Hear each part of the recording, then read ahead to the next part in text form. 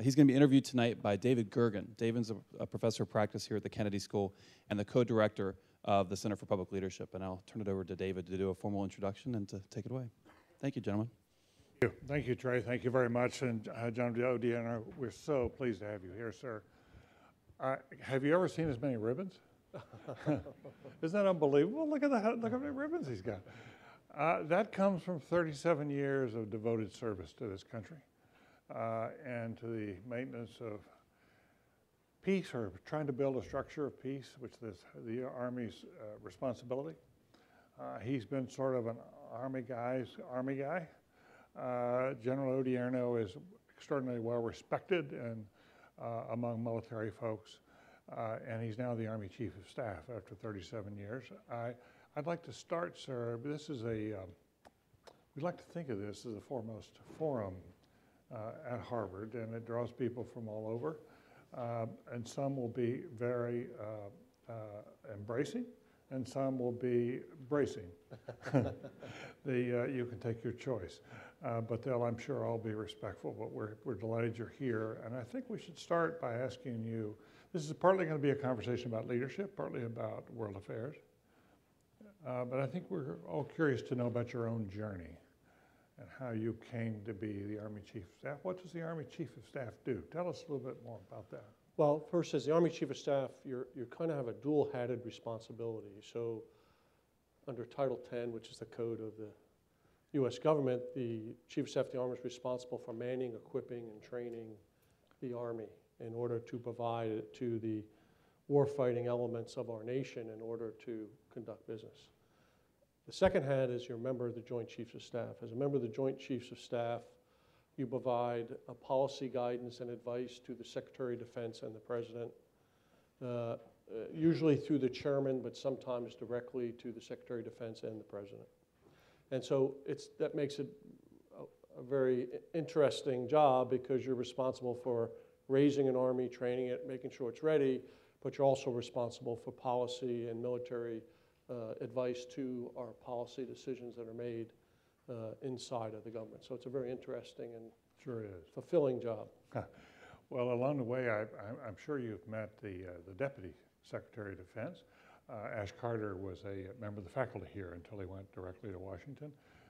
And the woman who is his Chief of Staff, Wendy Anderson, was on staff here and a student here in years past. So you have a lot of friends from the Kennedy School who are right there in the building at the Pentagon. Now, where'd you grow up? I grew up in Rockaway, New Jersey. It's about 30 miles from New York City. And went to public school there? Went to public school, went to public high school, and then went to West Point? Then went to West Point. And how did West Point a transformative experience for you? It was. Now, this was during a very interesting time. I went to West Point in 1972, I entered, which is still during the end of the Vietnam War. It was not a real popular thing to be going to the United States Military Academy at the time. And what was interesting for me is I didn't come from a military family. My father served in World War II. All my uncles served in World War II, but we didn't come from a professional military family. So it was people ask me why I went that time. I went for all the wrong reasons. I wanted to play football in the Army-Navy game. So that was probably not the exact reason. How did it work out? Well, I never got to play in it because I got injured, so I was never able to even do that. But it was probably the best thing that ever happened to me. It gave me an opportunity that I would have never had, an opportunity to learn about leadership and learn a lot about myself individually, actually. At that time, and still today, it challenges you personally on a mental and physical level that's quite interesting. And I found a lot of things out about myself. So it was a journey of self-discovery as well. It was. It absolutely was. And then I went into the Army, and I went into the Army at a time post-Vietnam. The Army was struggling with a lot of things at the time. We had many discipline issues. We had just began the all-volunteer Army, coming out of a draft Army. So it was a very interesting time where I got to witness some very interesting things when I first came into the Army. But what I realized up front, it was a place where you could go in a direction that allowed you the ability to do many different things I would never get to do, whether it be travel to many different countries, whether it be lead individuals. And it was a very diverse environment that frankly, although I came from a fairly diverse community in New Jersey, it was much more diverse than what I was used to. So it really opened my eyes to an incredibly different world that I was not used to. Mm-hmm. And I really enjoyed the camaraderie. I enjoyed working together as a group. I enjoyed becoming something greater than yourself as part of an organization. And I just continued to do it. And I'm not sure when when I first went in, I said, you have a 5-year commitment coming out of West Point. So I said, I'm going to do my 5 years and leave. Mm-hmm. Well, soon it was 7 years, it was 9 years, it was 12 years, it's 15 years, and now it's 37 years. I'm not quite sure how I got here. But what I do know is I've enjoyed what I've done, and I've had incredible opportunities to meet a diverse amount of people in a diverse amount of situations. And I always felt like I was giving something back. And I think that's what meant a lot to me. Yeah, you've had a family, but you've had a peripatetic life. People don't realize just how often military officers are uprooted by the various assignments. How many homes have you had in 37 years? We moved 24 times. Moved 24 in 37 years. I have three children. They're all grown now. And my oldest son went to 4 high schools, my daughter to 3, and my youngest son, who they say did not get the full experience, only went to 2 high schools in his time. So. That's a lot of moves, and your wife forgave you for all that. You know, what's interesting is one of the things I talk a lot about is, my wife, who was a very successful person in her own right, really sacrificed her career for me because she chose to raise my family. She chose to move 24 times. She chose to support me in what I had to do, and I'm indebted to her. We were high school sweethearts. We've known each other for a very long time, and we've been married for 37 years, plus years. So. Wow. Yeah, congratulations to you. You've lived all over the world. You've been in action all over the world. You're best known for Iraq, and you had your first tour there when you had the division, and you were known as being very tough, almost to the point of being brutal about it, because you had to be very tough in order to succeed. And yet, when you came back for your second tour, people thought that you were the best of the conventional thinkers.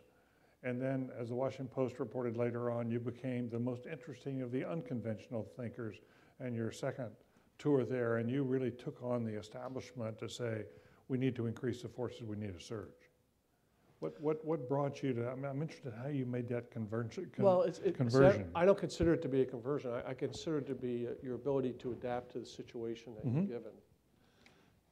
When I first went into Iraq the first time, my division went to the most difficult area in Iraq at the time.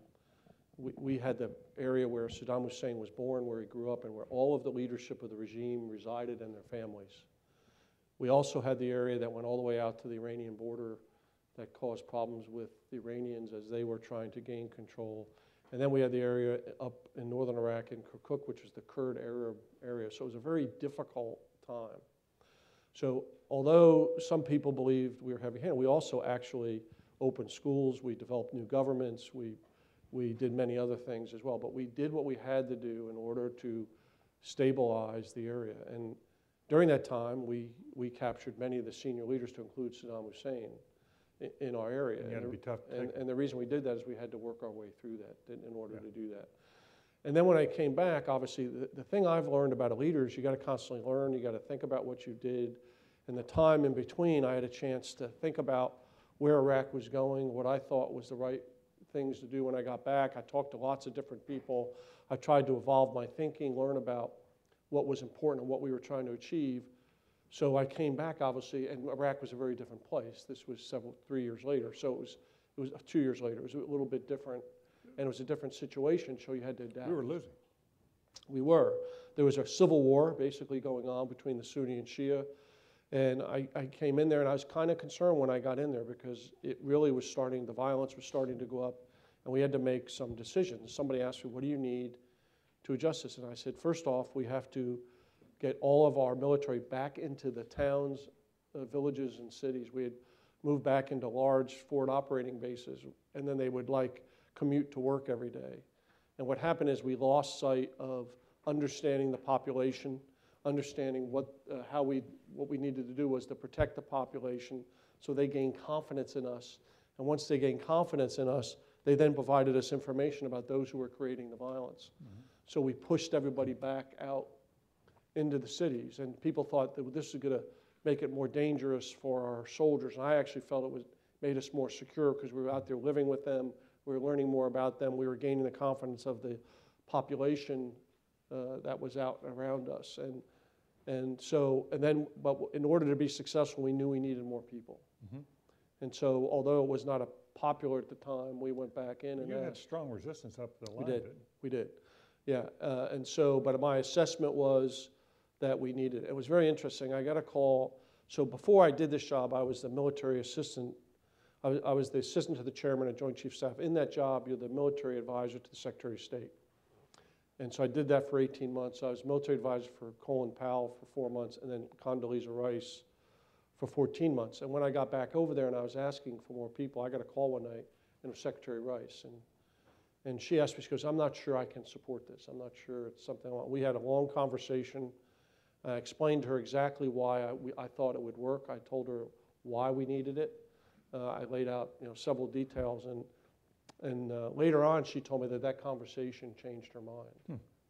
And that she then became But you had her trust because you'd worked there as her directly. We had a very close relationship. Yeah. We had a very close relationship. Yeah. Do you play golf? I do. Do you play with her? When I was there, she was just learning. She's an incredible individual. I mean, yeah. She was one of the first 2 women to come and get into Augusta. The line there was terrific. But she just decided one day, I think I'm going to learn to play golf. So she went out and started playing and learning, and now she's a fairly good golfer. Yeah, so. she's terrific. Let's come back to Iraq. I like those questions better. Yeah, I know you do. This is a very sensitive question, but many have wondered how the wounding of your son in Iraq affected your thinking and the determination to get it right. Well, yeah, I mean, so in 2004, when my son was injured, lost his left arm. He's doing great. He went back and got his MBA, and he's now vice president in J.P. Morgan, so he's doing okay for himself. Terrific. But he, I think maybe I just wanted to make, like all the others, I consider him like all the other soldiers who lost their lives and who were injured, that we had to do everything we could to make this turn out right and ensure that we did everything we could to provide security and stability to the people of Iraq. And so, I don't know if that inspired me more. What I do know is I would tell you, obviously as a dad, I have a certain opinion about my son. But as a soldier, I think about it with all the soldiers who gave their lives and all the soldiers who were injured. And it was critical for us to do everything we can, that what they did was not in vain. And I think that pushed me a little bit to make sure we did what was right. And we do everything possible to make this turn out better than it was. Well, the surge was considered very successful. But in the time since, we didn't get a status forces agreement. In the time since, there's rising violence again now in Iraq, and many people are very worried it may return to where it was. How worried are you? Well, I would say, as you said, when we left Iraq, things were going very well. It was very peaceful. The economy is growing. The economy actually is still growing. The oil exports are continuing to increase, going very well. But what's happened is politically, internally to Iraq, that we just have not yet built the trust between the different parties. Whether the Sunnis don't trust the Shia don't trust the Sunnis, the Kurds don't trust either one of them. And so they can't politically come together to help the country move forward. And the unfortunate part about it is now because of that, we have other elements coming in and having the ability to influence. Extremist elements are now influencing the population. So you do worry that this could cause significant issues, not only in Iraq, but it could spread. And frankly, we're seeing that throughout the Middle East right now. So there's a lot of concern for me across the entire Middle East. I mean, Syria is about Syria, but it's also about Sunni versus Shia. Iraq is somewhat like that. Lebanon is becoming more like that. So I worry about that divide that we're starting to see in all of the Middle East. And for me, that's of great concern as we look ahead. By the time Secretary Gates left office as Secretary of Defense, he was very persuaded that no president should send troops into harm's way unless it was absolutely imperative. No more Iraqs, no more Afghanistans. That we ought to be, and my sense is that the military leadership, Army leadership today shares that view, that it really wants to stay out of conflict. People think that the U.S. military is often, is itching to get in. And my sense is that most officers now want to stay out, if at all possible. Well, I think, so first off, anybody who's ever experienced combat understands the chaotic nature of it, the chaos, the sacrifice, the death and destruction that goes on, not only between the militaries, but to the civilian population. And so you want that to always be a method of last resort. I think a lot of people do misunderstand that. They think, well, you wear a uniform, so that's what you want to do. We're here to prevent war. Yeah, I mean, they think of you as a warrior. We're here to prevent conflict. War should be a last resort. So we all think that it should be the last resort. But what we have to make sure is we're prepared. So when the president has to make that decision, that we're ready. But one of the great things that our military does is deter. And so for me, one of our most important roles is to have the capability and capacity that deters our adversaries or other individuals from making really bad decisions. I worry really that people will think if we're not prepared that they might do some things that could cause issues that would almost force us to have to go into action. But the important part about when we decide to use the military, I think the most important thing is that we have to understand why we want to use them, what we're trying to achieve. Mm-hmm. And once we achieve that, then we'll. How worried are you about Iran? I have concerns. I think it's the right policy to negotiate with Iran. You always, talking is always good. Talking is never a bad thing. And so I believe it's important that we have discussions with Iran, and the attempt to reduce their nuclear program is significant. There's always worry that if in fact they get a nuclear weapon, what does that mean? Does that mean now that there's other countries in the Middle East that think they now have to have a nuclear weapon? And so there's real danger there. Are the Saudis already starting down that road? No, I don't think they've started down that road yet. Could they? Maybe, I don't know. Mm-hmm. But it's concerning. The other piece that's going around is Iran also, of course, is they have quite a sophisticated capability where they're conducting operations in many places, which is concerning because that's driving the Sunni-Shia divide that we're starting to see in the Middle East. The fact that they're fueling so much militancy and insurgency, that seems to contradict the notion of a new, more moderate regime. How do you square those two things in your mind? Well, I think within Iran, there's a struggle. There's a struggle between moderates and those that aren't as moderate. Right. I think you'll see that to continue to go on. And I think we just have to be very cognizant of that as we move forward and deal with Iran. Mm-hmm.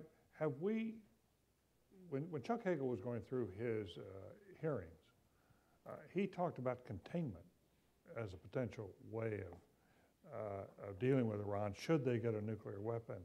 Is that door still open to potential containment, or have we closed that door?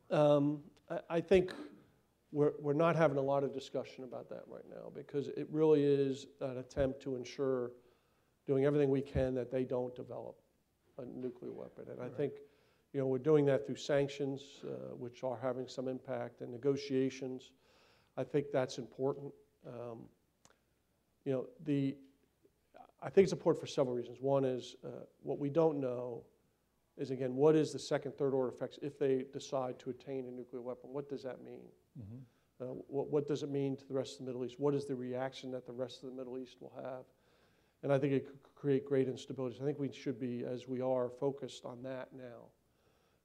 And then think about, if it happens, what's next? Because I think there's other players besides us that could make some decisions that could impact security if that in fact occurs. Right. Have the sanctions been effective? Everything that the intelligence that I see is that it is having an impact on the population inside of Iran. Do you think that's what's driving them toward the peace table? Or I don't know. I hope. I don't know. We could be dealing with a fake. I mean, they could be a head fake. Yeah. I mean, I think for us it's difficult to understand that. I think it could be as a result of the sanctions. It could be, a fake, but again, in my mind, it's still important to have the conversation, because you don't ever want to leave a stone unturned when you're dealing with a country that might have the potential to develop a nuclear capability. So I think for us, it's incredibly important that we continue to negotiate with them, that we continue to pressure them through sanctions to understand that it's not acceptable to the international community. And I think the important part of what's going on is it's not just a U.S. solution. It is an international community effort, and I think that's important as well. Tell us about the environment you think we're going to find in the world over the next 5 to 10 years from a national security standpoint. Well, I think several things as you look at it. I think you take it by region, it's a little bit different in each region. I think as you think about the Asia Pacific, it's about sustaining our influence in the Asia Pacific region. It's important to us economically. It's important to us to have strong partners. So it's important to us to play a strong role. Therefore, that's why we want to rebalance to the Asia Pacific region to ensure that's such an important part of the world to us. I think it's important that we're there in order to sustain a level of stability that allows countries to continue to grow economically. And I think that's incredibly important. You have Korea that everyone considers to be a bit of an outlier because, frankly, we don't know what's going to happen in Korea. It's a little concerning. New leader, very young. And so unpredictable. So you have to watch that very carefully. You know, the important thing is we don't have provocations that continually go on between North Korea and South Korea turn into something much bigger than that, because that could be quite significant. Because anything that happens there will not just be between North Korea and South Korea. It pulls in a lot of other. Do you have any concern about the rapid growth of the Chinese military? I think again, I think we have to watch it. I think we are increasing our. That's why I think it's important right now that we are increasing our military-to-military relationships. I was actually supposed to go to China last week.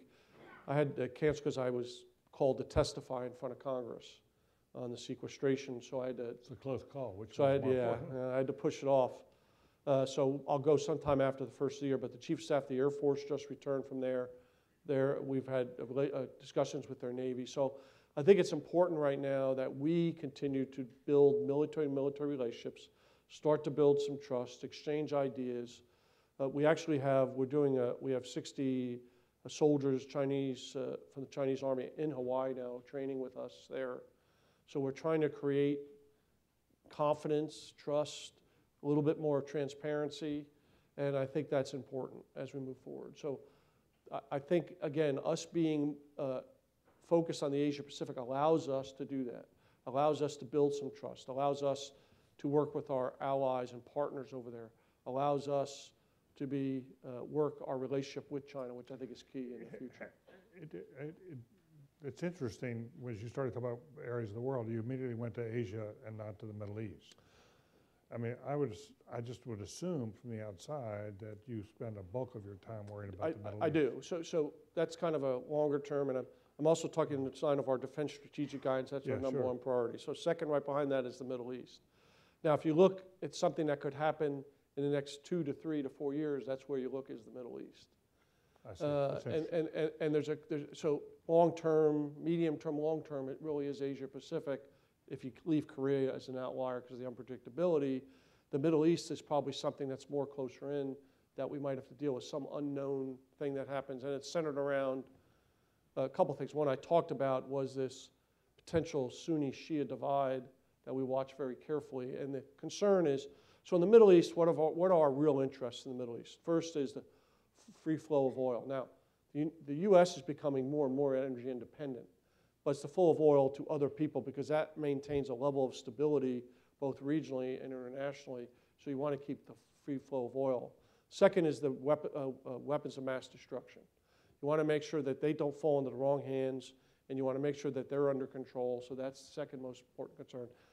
And then the third is terrorism, is our ability to continue to combat terrorism in the Middle East, and they tend to move towards ungoverned areas within the Middle East and even North Africa. And so they're somewhat connected when it comes to that. So those are our three priorities. So as you look at the Middle East today, with this Sunni-Shia divide, what does that mean? Well, it means maybe you have extremism that will exploit that divide. And does that mean terrorism, increase in terrorism, and what's the impact on the United States? Does that talk about the potential of loose weapons of mass destruction, which is why the chemical weapon stockpile in Syria is so important? So it's all interrelated. So for me, that's important. And then you have what we call the Arab Spring, which is obviously now running into the second and third order effects of hiccups, as we call it. As you look at what's going on in Egypt, the concern there. There's some concerns in Tunisia, concerns in Libya hasn't gone very well. And a lot of that is because the government does not have the infrastructure and capability to sustain itself, at least in Libya, maybe a little bit in Tunisia. And so it's about now building capacity there that allows them to move forward with the Arab Spring. So there's just so much uncertainty and so much going on. Obviously, we think, in my opinion, the next 2, 3, 4 years are critical in the Middle East. You also have increased violence in the Sinai, which is concerning terrorism. Obviously, you worry about the Israeli-Palestinian relationship. So there's so many things there that could happen. It certainly is a concern that could affect our national security interests. Interesting. You have let's if we might shift a bit, and we're going to go to questions from the floor soon, but I wanted to talk a little bit about leadership and your new strategic thinking that you've in this last month or so, you've been out front on this. And I was interested in sort of, first and foremost, you've put the need for adaptive leadership as a commitment over the next 5 years. Tell us why it's so important and how leadership needs have changed in terms of the individual. So there's a couple things. So if you just look at the world today, it's growing more and more complex every single day. Right, and very dynamic. And very dynamic. And this complexity and the dynamic nature of the world requires leaders who are capable of dealing with diverse problems simultaneously. And we have to make sure that our leaders are prepared to deal with that. So what am I talking about? So, when we talk about the future and the future environment of conflict, we talk about the joint interagency, intergovernmental, multinational environment. And so let me talk about that just for a second. So we need to develop leaders that can operate in that environment. So joint is, understanding the Air Force, Marine Corps, Navy, working together as we go forward. We're pretty good at that. Interagency, we've learned over the last 7, 8, 9, 10 years that it's going to take an interagency effort to be successful. So our ability to work with the State Department, our ability to work with the Department of Justice, the FBI, the other 3-letter agencies that we have are very, very important for us to be able to work and solve our problems. Then we have intergovernmental issues, which could be, working with other nations, working with allies, working with regional contributors, working with non-governmental organizations, working with the United Nations. All of those are going to be involved in any operation that we're involved with. And then we have to be able to work with multinational partners. So you have to understand what their capabilities are, what are they willing to do, what can they do based on their own nation's interests. So we have to develop leaders that can operate in that environment. And what's happened is you throw on top of that what I consider to be the biggest dynamic that's occurred, which is the increase in the ability to pass information around the world so quickly. I call it, we now have to operate at the speed of Twitter. We have to consider that as we go forward with our operations. So what that means is, from a very young level, lieutenants, captains, sergeants, you might get involved in something that becomes a strategic situation. So we have to develop leaders that can be adaptive and react and operate in these environments. So that's why it's so important for us. And so we have to adjust how we develop leaders. We have to make sure they're just not, they have to have a foundation of military leadership that allows them to do the things we ask to do as leaders, but then they have to expand that to social, economic, cultural. They have to be a lot more than warriors. Much more than warriors. Yeah. So how do you actually do that? What's the secret sauce to preparing? Well, there is no secret sauce, but there's a couple things that we are doing. So we are reviewing everything from the time you start. For example, if you're a cadet at West Point or an ROTC, we're looking at what are the curriculums we have. We're adding critical thinking courses at the United States Military Academy. We're adding cyber courses. We're adding other things that enable you to understand your environment. As we get into the Army, we're adding things to our officer basic course, our command and general staff college, our war colleges that allow you to think about this, discuss it, and learn more. But but probably just as important, as we assign officers and non-commissioned officers, we are going to do a much more broadening assignment. So, for example, if you're an infantryman, you'll start out the first first 5, 6, 7 years, you'll be focused on infantry. After that, we want to broaden you. We'll send you to an assignment in the State Department, or we might send you to assignment to another nation, or we might send you to an assignment working in a joint capacity, or we might send you might send you over to work in the Department of Treasury or something like that, or we might send you out into a university environment. So you get the chance to understand the different dynamics that you're going to have to deal with. And then we bring you back in and you go to an Army assignment. Then we put you back out there again in something that's a bit different. So what that allows you to do is understand the complexity of the things that we're going to want you to do in the future, and it better prepares you to operate in this environment. It sounds like from your point of view, it's really important to have continuous growth, Right. continuous learning, That's right. and expansion of capacities Yes. to broaden your bandwidth. That's exactly over time. Now, how do you actually help people understand how to do things, how to manage well, how to hit the ground running and actually, accomplish things as leaders? And you need the academic theory, but how do you actually teach them how to do things? Well, that comes through experience. So it's about having an organization that allows you to learn, allows you to make mistakes, and allows you to relearn. Mm-hmm. And I think about the things I did as a lieutenant. Some of them weren't very smart, but I had people who were there to assist me, mentor me, help me, discuss things with me, to help me adjust my thinking or to understand what I might have done wrong. All of the training that we do, we do after action reviews. And we started this some time ago, and it's very critical. So you have to be very thick-skinned, because there are going to be people that come and tell you, you really screwed this up. And you have to understand what you did wrong. And this is how you might want to do it. Look at doing it this way. Look at doing it that way. And so it's a combination of educational learning and then experiential learning and constant feedback that allows you to continue to grow and learn as a leader. Do you have any advice for how we could do that in the civilian world? Well, I think we have some advantages. The advantages we have is that what people don't understand is in the institution of the Army, and you probably say for all the services, the way we pull people out of jobs and then put you into an educational environment, we do that several times along the way. And that gives us a great advantage, because I think in many other places you don't get that opportunity to do that. But again, it's about honest feedback. It's about constantly trying to improve yourself. You can't live in a zero defects environment. And so in my opinion, it's about creating the right environment that you give individuals an opportunity to expand their own learning in a way that they realize they can still move forward with a career. Mm-hmm. And I think that's key. We're not perfect. We have areas where we still have leaders that don't allow that. Yeah. And we have to find those and make sure that. And a civilian institution like this one, we can do the academic. That's easy. That's sort of built in. What the hard part is how you teach people how to do things, how to get things done, how to manage well. We don't have the capacity to provide that field experience in the same way. That's right. And it's a harder task.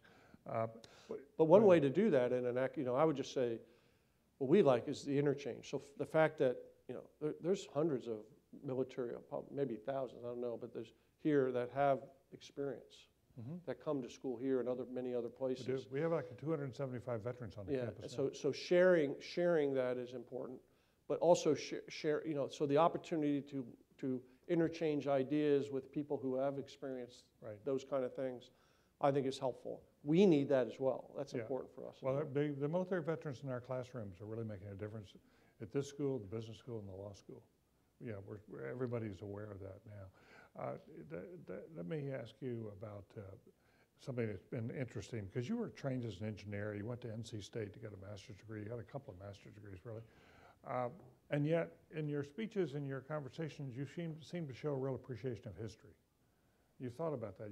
Is that something you've sort of done on your own? You like to read Well, I mean, in the past, draw from the past? Is that part of your leadership? It is. So I have a reading list, that I publish that I tell all my officers they have to read. I've asked. You do? Yeah, I publish. I actually have to update it. I'm supposed to update after 2 years. I haven't updated it, but I'm going to do that. Yeah, I will. I'll send it to you. But it talks about critical thinking. It is about leadership. It's about understanding historical references in different regions. It's also with readings that look forward. So I'm reading Kissinger's book on China right now. I just finished a book with Omar Bradley about his career.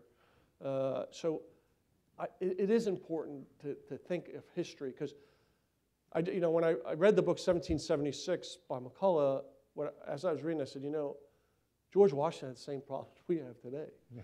He was complaining about the press and Congress. We do that quite often today.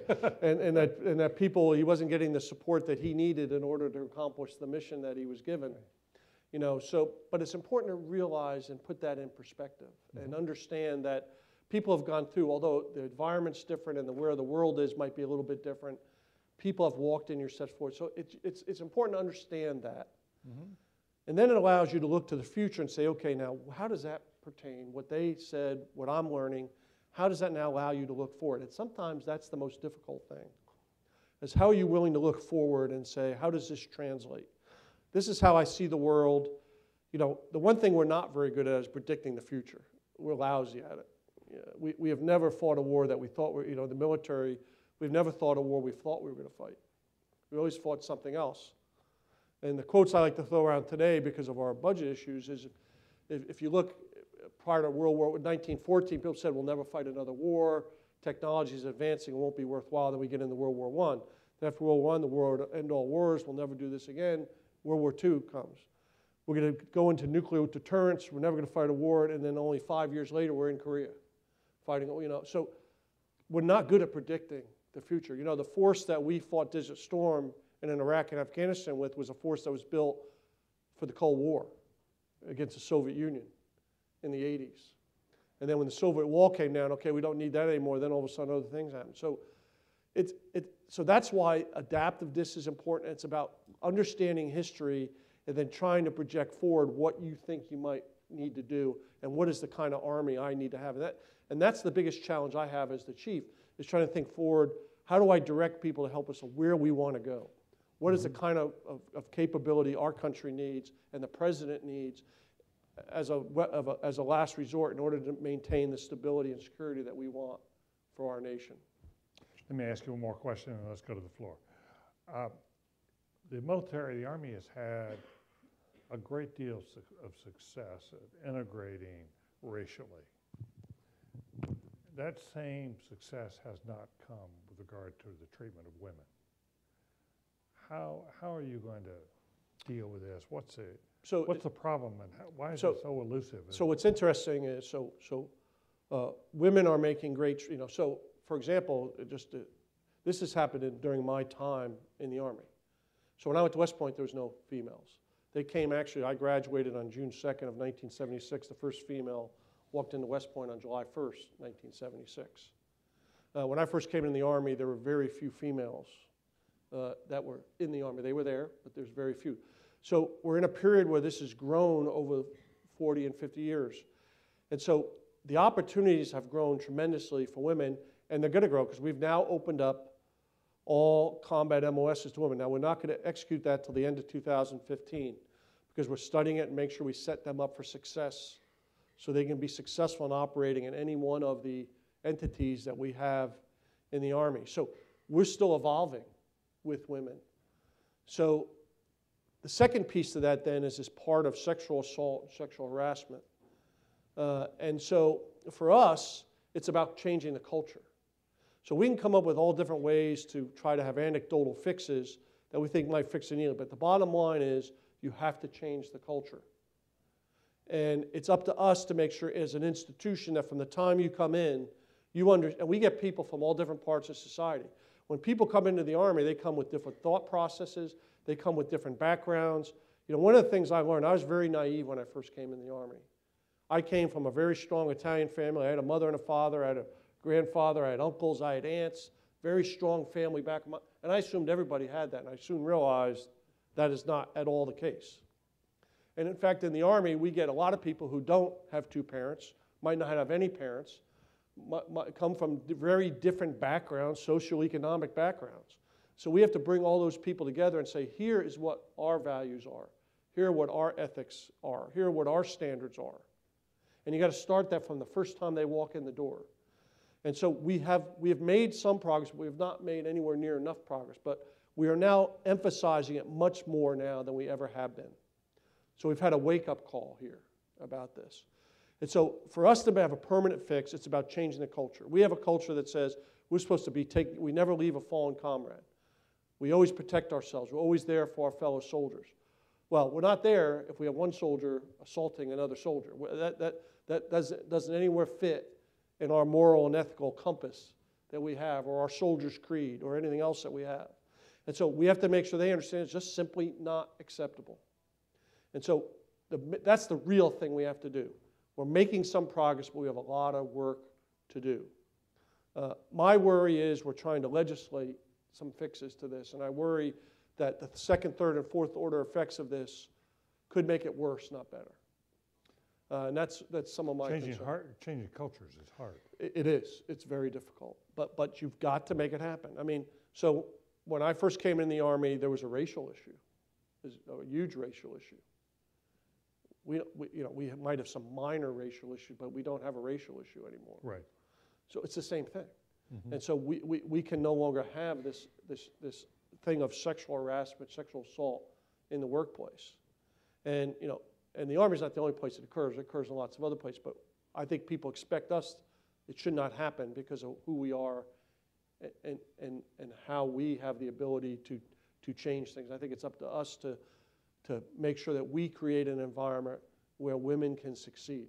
Because the bottom line is, as I look to the future, I look at talent in the Army. I need every talent. I need that talent of the females that we have in our nation, of what they bring. We need that talent in the military. Do they bring aspects of leadership that are different, somewhat different from what the men They bring a work ethic that I think in some cases is different. I think they bring a leadership capabilities that are different. They bring a determination in some cases. They're often thought that women are very, very good at collaborative effort. What they're able to do is go into situations and be able to work with many different types of groups to come up with solutions. Where sometimes males, they want to be the alpha male kind of thing, and that works against us in many cases. So but the bottom line is we got to utilize. There's such incredible talent, both educational talent, physical talent, leadership talent that we need. Mm-hmm. And so we have to make sure that they have the ability to move forward and have the opportunity to get to the highest levels of our military. And so we just had our first 4-star female. She just retired, but that's just the start. We have much more work that we have to do in this area. So I'm proud to say we have a retired Air Force general now, Dana Bourne. I met her this morning. You did? Yeah, good. I did. Terrific. Well, she's been wonderful. She was the first flag officer at a military academy. Yeah. I think she was the dean at the Air Force Academy. She was dean at the Air Force Academy. We're proud to have her here. The microphone's now open. We'd love to have you come from, please identify yourself. Traditional rules, one question per customer, and questions end with a question mark. Please. Yes, sir. Thank you for coming, General. My name is John Clark Levin. I'm a first-year Master in Public Policy student here at the Kennedy School. My question is, we've seen over the past several years during this administration a pivot away from large-scale Army-centric operations in Iraq and Afghanistan towards much smaller, nimbler operations in places like Libya, Somalia, and Yemen. My question to you is, how do you see the Army balancing the need to adapt to that new style of warfare while maintaining, for deterrence purposes, the capability to carry out those large-scale operations in the future if it needs to? First, that's a great question. So what we're doing is we are doing this concept of what we're calling regionally aligned forces.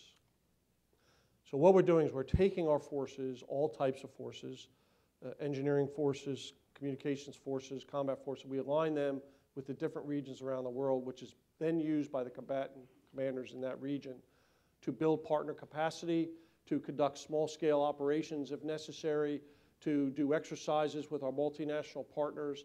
And so they are doing a couple things for us as we do that. It makes us more nimble and reactionary. They're much smaller level.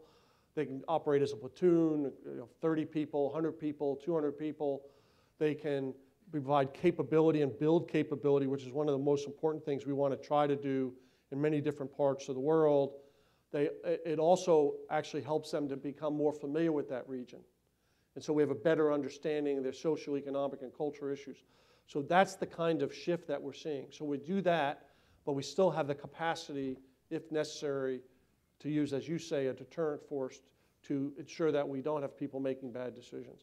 So that's how we're doing it. And we have forces designated that are capable of doing that. We now have we've had about what we call a brigade. We've had about 3,000 soldiers for the last year available for Africa. They've done 85 separate little missions inside of Africa, exercises, building partner capacity, helping develop other capabilities in Africa. And they've done that for a year. We're going to continue that every year. So that's the kind of, I think, thing we see us doing in the future. Please. Sir, Captain Dave Miller. I'm a first-year MVP student here at the Kennedy School. My question was somewhat stolen, but I'm going to continue with it. Given our limited training budget these days, you've talked about sequestration's effect on our readiness. Looking specifically at the difference between the combined arms maneuver side of the house and the new regionally defined force structure, how did junior leaders prioritize which one, given limited budget, which one should be more of a focus for the Army? So, over the next 3-year period, we do have a problem because of the way sequestration, the mechanism of sequestration.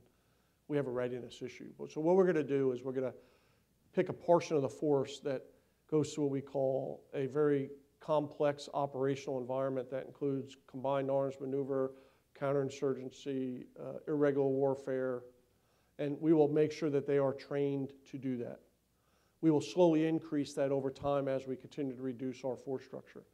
The rest of the force will do regional aligned activities that I just talked about that will enable them to do that. So it'll be designated by unit which one is doing that. And by developing our leaders, we will try to rotate them in such a way where they get both experiences over time. It'll be more difficult in the beginning. But as we get our better selves aligned with the budget in the out years, it will enable us to do both of those things, which will help to develop our leaders in the future. In my mind, it's an exciting time to be a leader, because I think you get a lot of opportunity to do many different things. And so I would be excited about it if I was in your shoes. Thank you, sir. Please. My name is Ben Bolger, and I'm an alum of Harvard. We've seen a number of generals historically become president, from Washington to Eisenhower. We've seen presidential contests with Nixon and Kennedy, people that have had substantive military experience. More recently, we've seen contests where people's biographies haven't included as much direct military service. In looking back in your long career, what differences have there been when a president in his biography has had military experience? And is that substantively important once they assume the presidency? And do you think that's also important for someone like the Secretary of Defense to have had that type of experience? It's not. I don't think it's absolutely necessary. Secretary, what's interesting about Secretary because he's the first one who went from NCO. He was a non-commissioned officer, and now Secretary of Defense, first one to do that. Let me tell you why I don't think it's that important.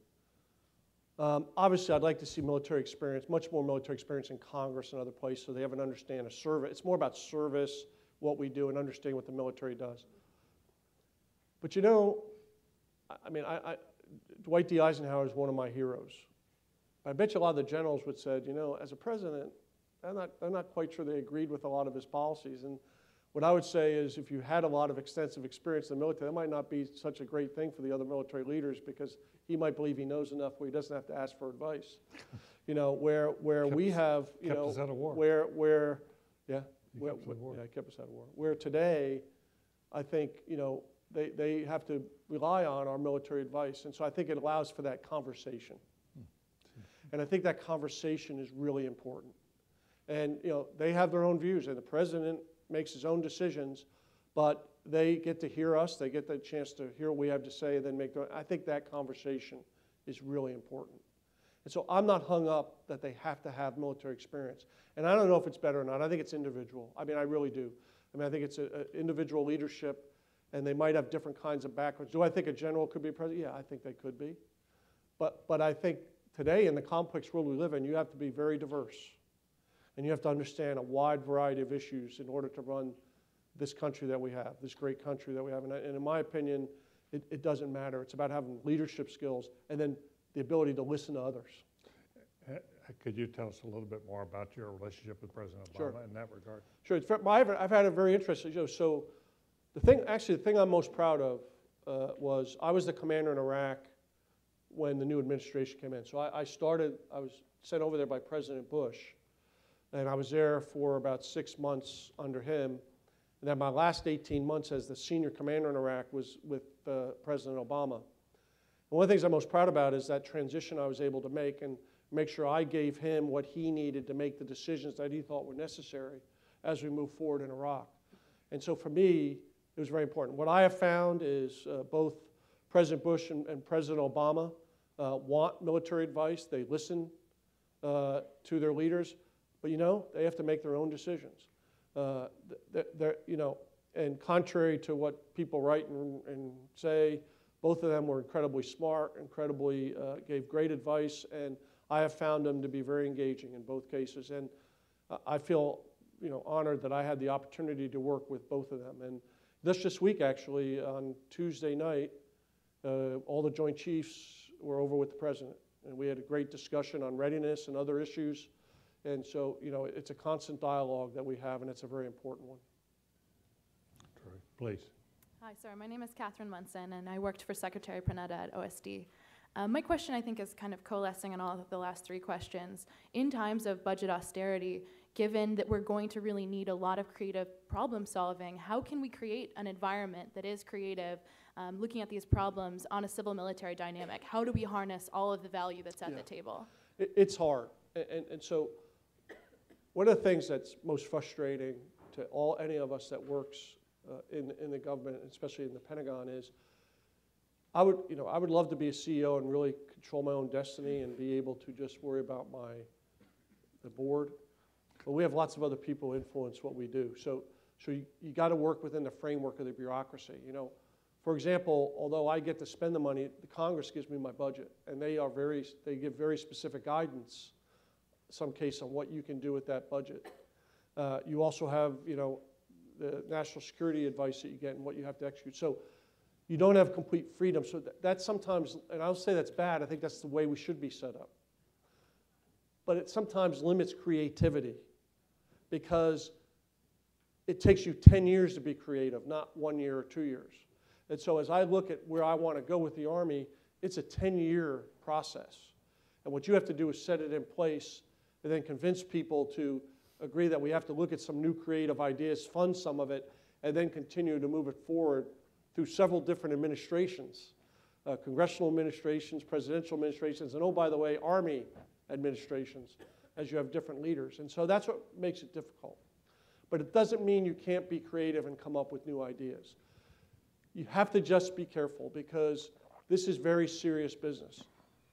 Creative ideas, in the end, I always say, ultimately, what is the cost to soldiers? Because all our decisions fall on the shoulder of our soldiers, sailors, and Marines, because they're the ones who are going to ask to execute the creative things we come up with, and we got to make sure that we don't put them at excess risk as we think about this. So that's always at the back of my mind as we try to do anything. But we have to be, in these times, as you put it exactly right, in these times of budget constraints, we have to be a bit more creative. We have to make the most out of what we have. We have to figure out what's the best way to do that. And that's what we're trying to do now as we work our way through this. Perfect. Please. I'm John Thompson. I'm a veteran West Point graduate and a Kennedy student. General, my transition team met you in Taji right before we began our mission in Iraq, and only half of us came home alive. I went to Afghanistan before I went to Fort Bragg to take command. And during my command, my ex-wife made false allegations that I intended to harm her. I was arrested and charged with felonies. My unit was full aware of the situation, but quickly tried to separate me from the Army. After I posted bail, the Army illegally put me on house arrest for 5 months. And during that arrest, I lost custody of my 5-year-old son. They tried to invent a story that I had personality disorder issues so they could separate me before I was exonerated.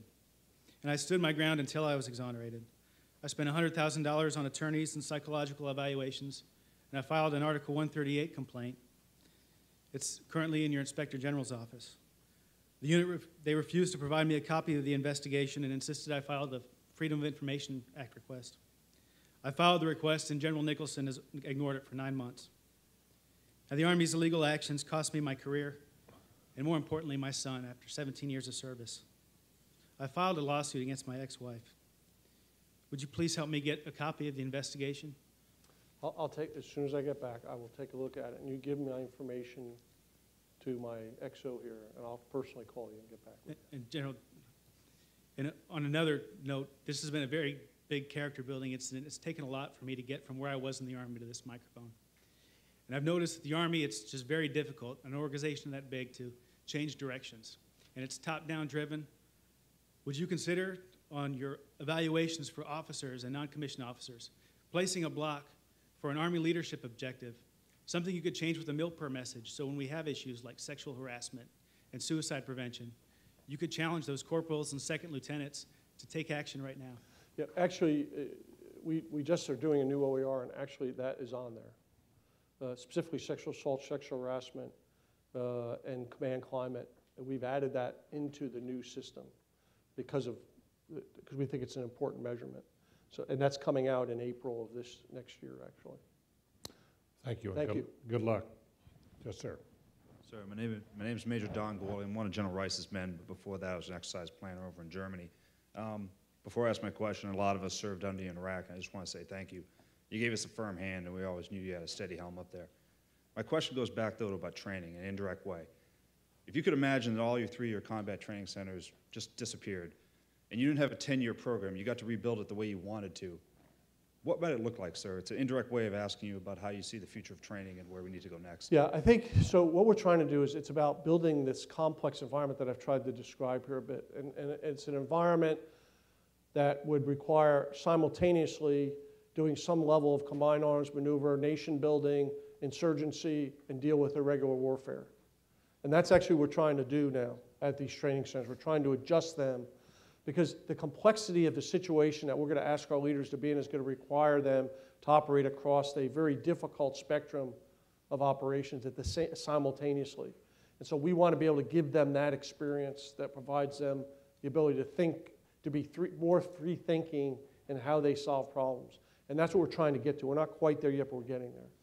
Thank you, General. You're welcome. Thank you. A couple more. Hello, my name is Wright Smith. I'm a freshman at the college. Based on your experience starting your career at the very end of the Vietnam War and going through the transitions in the Army, in the officer corps, in training and tactics that resulted after that, do you now, from your current position, do you see any similar kind of restructuring, any kind of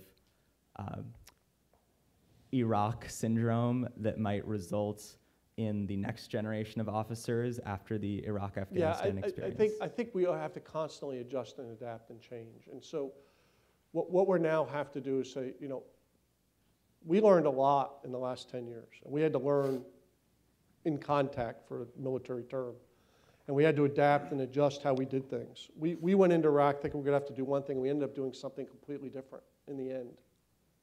And so we had to change that as we went in there and did that. And so as I look to the future and as I've described this environment that I've just, we have, that's part of what we're doing. We have to change how we develop leaders. We have to change how we develop a lieutenant today has to be so much smarter and more knowledgeable and know so much more than I had to know as a lieutenant in the 70s, because it's just a more complex place that we live in. You have to know more. You know, I mean, I think what we require our young people to know is much more. So we have to understand that and make sure that we change along with that and develop them in a very different way. And I think we have to constantly change it. But I think today is extremely important because we're coming out of a time of 2 wars, and we now have to make sure we make an adjustment, learning from that, and then looking to the future and moving forward. And this is the time that we have to do that. Here and then here, and we'll call it a night. Thank you. Thank you. Hi, my name is Max Liebeskin. I'm also a freshman at the college. You spoke earlier about the Asia-Pacific region and how important that is to you, and said that that's essentially the #1 priority of the Defense Department today. And you talked specifically about how we're trying to cooperate with the Chinese military and increase transparency. But of course, at the same time, we have tens of thousands of troops in South Korea and in Japan, and we just added 2,500 or so troops to Australia a couple years ago. So how do you think that the Pentagon and the executive in general can reconcile these 2 goals of both working with China, but also seemingly working with China's enemies in the region? Well, so first off, a couple things. One of the things in the Asia-Pacific is the tyranny of distance. I mean, it's incredible how far apart everything is out there. I mean, all you have to do is fly out there and visit, and you realize it takes you 9 hours to get anywhere. Anywhere. I mean, you know, so you have to understand that. So we have to have some capability that allows us to have some capability for it, because it would take us forever to get it there. Second piece is Korea is different, and I wouldn't. South Korea is not an enemy of China. It is about North Korea and South Korea, and in fact, China understands this issue. It's about an armistice. You know, we have an armistice and a UN treaty that governs North and South Korea. So what we're doing there with our 28,000 people that we have on the peninsula of South Korea is supporting that agreement that was written back in 1952 for the armistice. And the fact that we still have an incredibly threatening North Korean government that continues to do that with South Korea, we have to make sure that we have some capability forward. In terms of Australia, it really is about doing multilateral training. So it's not about putting forces forward to do combat operations. It's about putting forces forward in order to do multilateral training and build capacity of other nations. And hopefully we want that part of that multilateral training to be with China. So I think that's part of what we're doing. We've not added anything to Japan. I think you might be talking about Okinawa with the Marines. We haven't added anything. We still have a presence, though, there in Okinawa. And that, again, is part of a long-standing treaty that we have since World War II. And so that's about just maintaining a capability that allows this balance, in my opinion, to continue in the security environment in the Asia-Pacific. So I think that's something that it will continue to evolve over time. But that's where we are today, and we'll continue to evolve that as the relationships continue to evolve in the Asia-Pacific region. Great. Yes, ma'am. Hi, I'm Amna. I'm a sophomore at the college. Thank you so much for being here tonight. So I believe the Marine Corps, the Army, and the Special Operations Unit recently created a land power task force to examine lessons from the past decade. What do you hope will come out of this task force, and more broadly, what was the most important lesson you've learned during your long career about leadership or public service? So Strategic Land Power Task Force is something that we think is important because it's focused on what we call the human domain. So what does that mean? So let me talk about that a little bit. Yeah. The premise is that conflict is conducted by humans, and that you have to understand how you influence and compel them to do certain things in order to ensure that conflict doesn't happen, or understand it so if conflict happens, you have the ability to react to it. We've learned that over the last several years because of the dynamic nature of what's occurred in Afghanistan and Iraq. And so we believe we have to continue to do that. But it's more than that. It's about the interaction of the land domain, the human domain, and the cyber domain. Because you now have humans who, so you know, we talk about it, what do humans try to do? You have leaders out there who try to control populations. They try to control resources. They try to gain power. So what causes them to do that, and how do we use land power to compel them not to do that? And then they have an intersection with the cyber domain, which is growing, where they attempt to use that domain in order to influence, in order to conduct operations. And then obviously you have controlling terrain as another piece. So it's about all three of those together. How do they interact? And what does that mean to us as we look at how we use land power in the future? So that's the first thing. So about leadership. there's several things I learned, and I use 3 specific words that builds the foundation of any leader. First is competence. You have to have a level of competence in whatever you do. And you have to have a basic competence, whether it be in the military, whether it be in finance, you have to be competent and understand the basic fundamentals of what you do, and you have to continue to learn and continue to build your competency. Second is you have to be committed. You have to have a commitment to you have to have a passion for what you're doing. You have to be committed to it. You have to be committed to, in the military we say you have to be committed to each other, you have to be committed to your unit, and you have to be committed to the institution. And there's a commitment, and that means selfless sacrifice. That means doing things that are for the better of the organization than it is for the individual. And then finally, you have to do it with character. And that's the most important ingredient. And you've heard this before, but I believe it. Character defines who you are as an individual. Character defines us who we are as individuals and who we are as an organization. So that's the foundation of leadership, is this competence, commitment, and character that I think are so essential to anything we do. Now, on top of that, you have to constantly learn. You have to constantly challenge your own assumptions. I think very differently today than I did 30 years ago. I think differently today than I did 10 years ago. Because I constantly try to learn. I try to learn from others, especially those who have differing opinions from me. And that was hard for me for a long period of time. But you got to constantly do that. And you have to be able to lead change, because the world around us constantly changes. And you have to be adaptable enough to either lead change or be part of the change that's going on. So in my mind, those are the things I've learned over time. Thank you. Welcome. General Odierno, we thank you, sir, first and foremost for your service to the country. 37 years, 24 moves.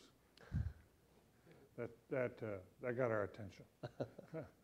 But I think many people here also appreciated your respect for women and for other countries, for people who are not quite like you.